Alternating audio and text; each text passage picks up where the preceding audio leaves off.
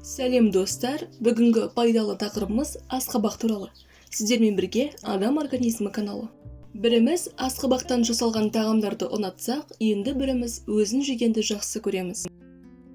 Қызықты факт, асқабақ көкөніс емес, қауын, қарбыз сияқты жидек қатарына жатады екен. Видеоны соңына дейін қарап, арнаға тіркелуді ұмытпаңыз. Бүгінгі тақырыбымызға арқау болып отырған асқабақ жидегі дәруменге аса бай, пайдасы өзге жеміс-жидек және көкөністерден де көп. Ендеше асқабақтың адам ағзасына беретін пайдасына тоқталсақ.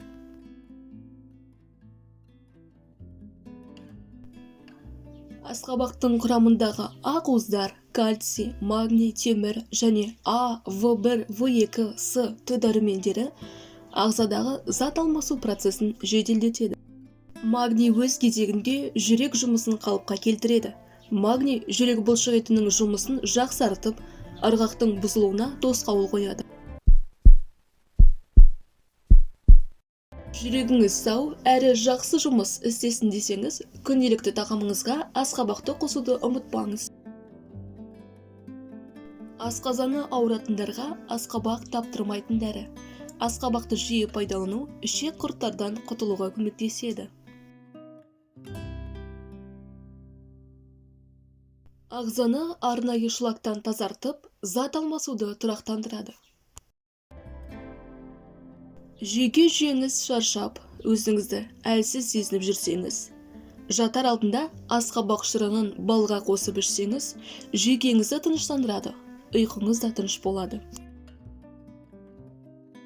Асқабақтың құрамында қан айналым процесіне пайдалы әсерін тигізетін көптеген элементтер бар.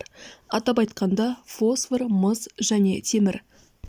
Бұл заттардың жеткілікті мөлшері жоғары гемоглобиннің кілті болып табылады. Және өз кезегінде метаболизмді, жалпы әл-ауқатты жақсартады. Асқабақтың күйзелістен арылтып, жүйке жүйесін тыныштандыратын қасиеті бар. Сонымен қатар, асқабақ дәміне қарай тәтті, ал тәттілер көңіл күйді жақсартады. Простатит кезінде жарты келе асқабақ дәнін тазалап, шикілі ет тартқыштан өткізіп, 1 стакан балмен араластырып жеу керек. Қалғанын тоңазытқышта сақтаған дұрыс. Күніне 1 рет аш қаранға жарты сағат бұрын жейді. Бірақ көп жеу жүректің жұмысына кері әсерін беруі мүмкін. Сондықтан жылына тек 1 рет ғана жасап жеген дұрыс. Жалпы асқабақ несеп жыныс жүйесінің көптеген ауруларын емдеуге көмектеседі. Мысалы, қабынуға қарсы әрі несеп айдаушы. Қаныңыз аз болса, асқабақтан жасалған тағамдарды көп жеуді ұсынамыз.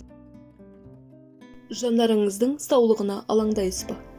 Көру қабілеті нашарлағандарға күнделікті ас мәзіріне асқабақтан және асқабақ дәнінен жасалған тағамдарды қосуға кеңес беріледі. Асқабақ құнарлы жидек. Бірақ сонымен бірге оның энергетикалық құндылығы 100 граммға 22 калория. Сол себепті диетологтар оны пациенттердің диетасына жиі енгізеді. Негізінен асқабақ әмбебап өнім. Оны қайнатуға, пісіруге, бұқтыруға, бұқтырылған тағамдарға қосуға болады.